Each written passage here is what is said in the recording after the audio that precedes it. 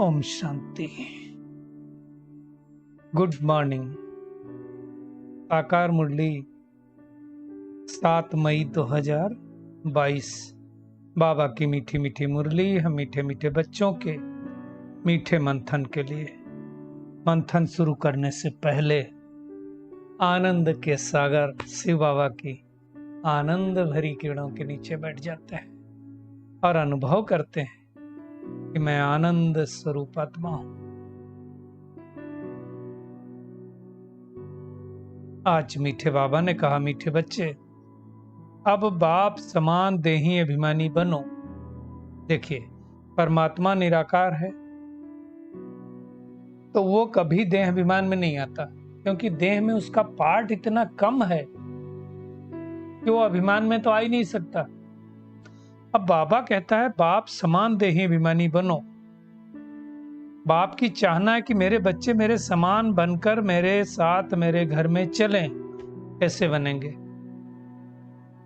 तो बाबा जो करता है वो करना पड़ेगा। बाबा क्या होता है आप देखो, मिलन मनाने भी आता है तो कितनी देर तक रहता है, तो उसको देह का भान नहीं है। मोस्ट ऑफ द टाइम परम धाम में रहता है। तो हमें बाप समान बनना है। मोस्ट ऑफ द टाइम बुद्धि कहाँ लगाना पड़ेगा? परम धाम में। बार बार इन कर्मेंद्रियों से अभ्यास करना पड़ेगा कि मैं आत्मा हूं, मैं आत्मा हूं। रटने की बात नहीं है, फीलिंग। मैं आत्मा इन कानों द्वारा सुन रही हूं, मैं आत्मा इस मुख द्वारा बोल रही हूं, मैं आत्मा इस हाथ द्वारा ये कर्म कर रही हूं। ये प्रैक्टिस करनी पड़ेगी, तब तो बाबा के साथ जाएंगे। किसी के साथ चलने के लिए क्या करना पड़ता है? उसके समान बनना पड़ता है। तो उसके समान बनने के लिए ये मेहनत करनी पड़ेगी और कोई चारा नहीं। आज का प्रश्न है, तुम बच्चे किस बात का वंडर देखते बाप की शुक्रिया गाते हो? शुक्रिया करते ना हम बाबा का, क्यों? बाबा कहते तुम वंडर देखते हो कि बाबा कैसे अपनी फर्ज अदाई निभा रहे हैं। भगवान को भी कहा जाता है, संकल्प आया कि मैं चलूं इस दुनिया में, कितना दुख है, दुखियों को सुख में बदलूं, सुख दूं। तो भगवान को भी संकल्प आया, बाबा अपने बच्चों को राजयोग सिखलाए, लायक बना रहे हैं। और हम बच्चे भी क्या करते हैं? अंदर ही अंदर ऐसे मीठे बाबा का शुक्रिया गाते हैं। वैसे तो बाबा ने कई बार कहा है, बच्चे ये शुक्रिया शब्द भी भक्ति मार्ग का है। बच्चों का तो बाप पे क्या होता है? अधिकार होता है। इसमें शुक्रिया की क्या बात है? आप देखो, लौकिक में भी कोई बाप अपने बच्चे के लिए करता है, बच्चा तो सामने से भी बोलेगा इसमें आपने क्या किया, आपका तो फर्ज था। बोलता है कि नहीं बोलता है? ऐसे बाबा भी कहते हैं, इसमें शुक्रिया की क्या बात है? ड्रामा अनुसार बाप को वर्षा देना ही है। बाबा भले कहे शुक्रिया करने की आवश्यकता नहीं है, लेकिन हमें तो शुक्रिया अदा करना है ना। हमको तो पता ही नहीं था।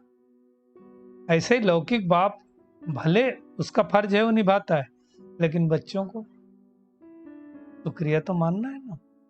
है ड्रामानुसार, है ड्रामानुसार ही बाबा करता है, परंतु हमें उसका शुक्रिया तो अदा करना है ना। आज का गीत है, जिसका साथी है भगवान उसको क्या रोकेगा? आंधी और तूफान क्या रोकेगा उसको? ये गीत हम बच्चों के लिए। जिसका साथी सर्वशक्तिमान परमपिता परमात्मा है, उसका बाल बांका नहीं कर सकता आंधी तूफान। वो आंधी तूफान की बात नहीं है जो बहुत तेज तेज हवाएं चलती हैं, नहीं, माया रूपी आंधी तूफान की बात है, जो आत्मा की ज्योति को बुझा देती है।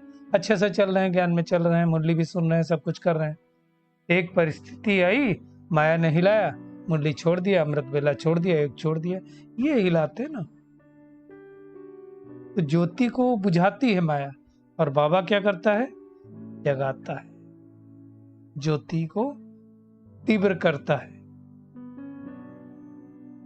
तो माया क्या कर सकती है अगर भगवान हमारा साथी है? महावीर बच्चों का क्या काम है? माया रावण पर विजय पाना। कैसे विजय पानी? बाबा कहते सो तो बच्चे सामने बैठे, बाप दादा बैठे, आज बाबा ने नया नाम दिया। दादे और बाप को पिता और पितामह कह सकते हो, तो बाप दादा हो गए। दादा ब्रह्मा बाबा, बाप शिव बाबा, तो वो पिता और वो पितामह। बच्चे जानते हैं कि रूहानी बाप हमारे सामने बैठे हैं और किससे बात कर रहे हैं। बाबा के शरीर से कोई बात नहीं करता, हम आत्माओं से बात करता है, आत्मा की बात सुनाता है। तो बाबा कहते हैं तुम बच्चों को देही अभिमानी अब बनने की आदत पड़ जानी चाहिए। देह अभिमानी की होन पड़ने की आदत तो पड़ी 250 वर्षों से, अब तो देही अभिमानी बनो।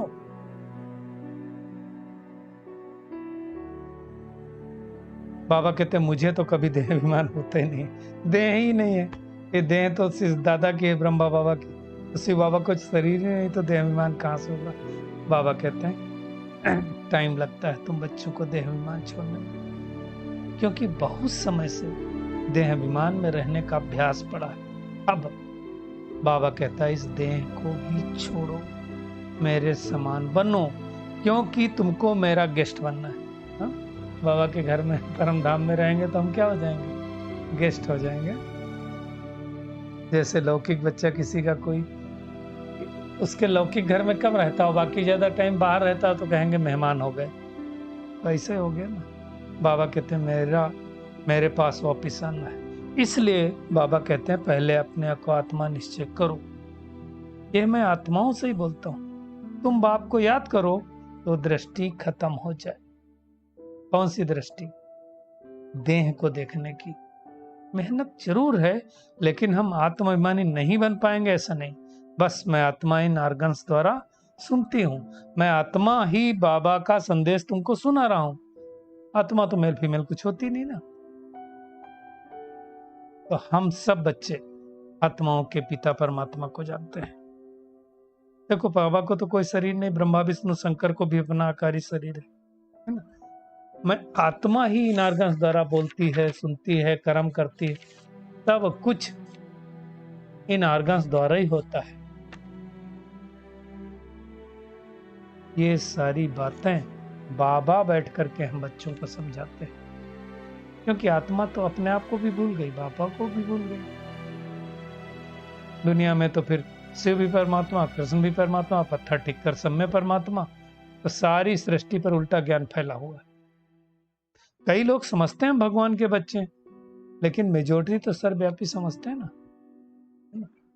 एक तरफ बाबा की महिमा है, अहो प्रभु तेरी लीला परम अपार, गाते हैं ना, और दूसरी तरफ सर्वव्यापी कहते हैं। यही परम पिता परमात्मा है, सतगुरु है, जो मुक्ति और जीवन मुक्ति दे रहा, दूसरा कोई दे नहीं सकता। बाबा कहते साधु सन्यासियों की भी सदगति करने के लिए मुझे ही आना पड़ता है, मेरे बगैर कोई सदगति दे नहीं सकती। बाबा ने कहा कितनी ग्लानि तुमने की। आजकल दुनिया में कोई किसी की ग्लानि करता है तो उन पर केस करते हैं। अबे बाबा क्या केस करेगा हमारे, तो ड्रामा है। बाबा जानते हैं तुम बहुत दुखी हुए हो, फिर भी दुखी होगे, तो बाबा कहते हैं तुम अभी अनुभवी हो, तुमको पता है 84 जन्मों के चक्र में हम कैसे आते हैं। ड्रामा में हर एक समय पर हर बात होती है। तो मुख्य बात है, बाबा कहते हैं कि तुम मुझे याद करो। ये दुखधाम अब जाने वाला है, सुखधाम आने वाला है। 5000 वर्ष पहले के माफिक बाबा करके बातें सुना करके कृष्णपुरी में ले जाना चाहता है। अब बाबा कहते तुम पूछो अपने आप से, चलकर आगे क्या बनना चाहते हो। महाराजा महारानी व दास दासी, ऐसे ऐसे आत्माओं से बाबा कहते बात करनी चाहिए, उमंग होना चाहिए। बाबा ही तो ज्ञान का सागर है ना, बाकी सब ज्ञान नदियां हैं। सागर तो एक ही होगा, और उस ज्ञान सागर से हम सारी नदियां निकली हुई हैं। बाबा कहते गरीब निवाजी, गरीब बच्चे ही सुनते हैं, साहूकारों को तो अपना नशा रहता है, कोई बिरले निकलता है उनमें से। तो बाबा ही ये सारी बातें समझाते हैं। बाबा ने फिर कहा कि देखो बच्चे, ये ज्ञान बाद में हमारी और तुम्हारी बुद्धि से प्राय लोप हो जाएगा। मतलब बाबा की भी बुद्धि में नहीं रहेगा, प्राय लोप हो जाएगा, मतलब इमर्ज नहीं होगा। बाबा कहते हैं फिर समय पर इमर्ज होगा। जब ज्ञान देने का समय होगा ना, तो बाबा के अंदर भी इमर्ज हो जाएगा, हमारे अंदर भी वो ज्ञान इमर्ज होता चला जाएगा। बाबा जब सुनाएगा, वो संस्कार ऑटोमेटिकली आत्मा में आते जाते हैं।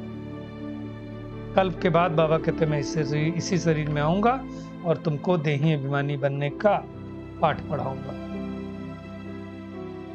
आत्मा जब पहले पहले आती है तो सत्व प्रधान होती है, फिर धीरे धीरे धीरे धीरे नीचे गिरती जाती है। जैसे जैसे तमो प्रधान बनती है, उसको पाप आत्मा, तमो प्रधान आत्मा कुछ भी बोलते रहते हैं। बाबा कहते हैं अब तुम्हें इस कयामत के समय पर अपना योग बल से हिसाब किताब चुकतू करना है, सत्व प्रधान जरूर बनना है। और बाबा ने सबको पैगाम दिया कि मुझे याद करो तो तुम सत्व प्रधान बन जाएंगे, और कोई उपाय नहीं। जितना याद करेंगे उतना योग बल जमा होता जाएगा। बाबा कितना ज्ञान रतन देकर के हमको गुणवान बना रहे हैं। अब जितना जो धारण करे, एक एक रतन लाखों रुपए का है, तो हमने कितने रतन धारण किए वो हमें अपनी चेकिंग करनी है। बाबा कहते हैं देखो, सृष्टि को तो पुराना बनना है, 84 जन्म भोगने ही है। अब किसी के 84 होंगे, किसी के कम होंगे, है ना। दुनिया में तो लोग सोचते लक्ष्मी नारायण ही भगवान थे। इधर देखो तू ही तू है ना। अगर जिधर देखो उधर ही तू ही तू है, तो ये फिर भारत कंगाल थोड़ी होता, नर्क थोड़ी बना होता। भगवान को भक्ति का फल देने भी आना पड़ता है। कोई मनुष्य की सदगति नहीं कर सकता है। भगवान जब आकर के ज्ञान सुनाता है, जो इस धर्म के होते हैं निकलते आते हैं। बहुत सारे कन्वर्ट हो गए ना, तो बाबा आज बार बार समझा रहे हैं प्रैक्टिस करनी। कौन सी? मैं आत्मा हूं, मैं आत्मा हूं। शरीर तो विनाशी है, आत्मा ही अविनाशी है ना। सारा पार्ट इस छोटी सी आत्मा में भरा हुआ, इसलिए कहा जाता है आत्मा क्या है? इमॉर्टल, इम्पेरिसिबल है, अमर है, अविनाशी है। सारा पार्ट इस आत्मा में भरा है। तो आज सारा दिन क्या करना है? एक तो अपना हिसाब किताब निकालना है, चोपड़ा देखना है, और इस समय बाबा की याद से सारा हिसाब किताब चुकतो करना है। नया सत्युगी हिसाब किताब जमा करना है, ज्ञान रत्नों से अपने आप को गुणवान बनाना है, और बार बार ये प्रैक्टिस करनी है। मैं आत्मा हूं, मैं आत्मा हूं, मैं आत्मा। आत्मा से ही बात करती हूँ, शरीर तो नष्ट होने वाला है। मैं अपने भाई आत्मा को ये संदेश सुना रहा हूं, ऐसी प्रैक्टिस करनी है। आज का बाबा का वरदान है, शुभ भावना और श्रेष्ठ भाव द्वारा सर्व के प्रिय बन, विजय माला में पिरोने वाले विजयी भाव। बाबा कहते हैं कोई किसी भी भाव से बोले वह चले, लेकिन आप सदा हर एक के प्रति शुभ भाव, श्रेष्ठ भाव धारण करो। क्या हो सकता है कि दूसरी आत्मा मेरे से श्रेष्ठ न व्यवहार करे फिर भी मैं करूं? कोशिश करेंगे तो होगा। बाबा कहते हैं इसमें विजयी बनो तो माला में पिरोने के अधिकारी बन जाएंगे, क्योंकि सर्व के प्रिय बनने का साधन ही है संबंध संपर्क में हर एक के प्रति श्रेष्ठ भाव धारण करना। बाबा कहते हैं ऐसे श्रेष्ठ भाव वाला सदा सभी को सुख देगा और सुख लेगा भी। ये भी तो सेवा है ना। शुभ भावना मनसा सेवा का श्रेष्ठ साधन है। हर एक आत्मा पर शुभ भावना, शुभकामना रखना। तो ऐसी सेवा करने वाले बाबा कहते हैं विजयी माला के मड़के बन जाते हैं। हमें तो बनना है ना, तो ऐसी सेवा करना है। स्लोगन, कर्म योग का अनुभव करना ही कर्मयोगी बनना है। परमात्मा की किरणों के नीचे बैठ जाए और अनुभव कर, मैं बहुत भाग्यशाली व शक्तिशाली आत्मा हूं। इन कर्मेंद्रियों द्वारा हर कर्म कराने वाली आत्मा, बाप समान देही अभिमानी, बनकर बाबा के साथ घर जाने वाली आत्मा हूं। बाबा की याद के द्वारा अपने विकर्मों को नष्ट करके सतयुग में श्रेष्ठ पद पाने की अधिकारी आत्मा हूं।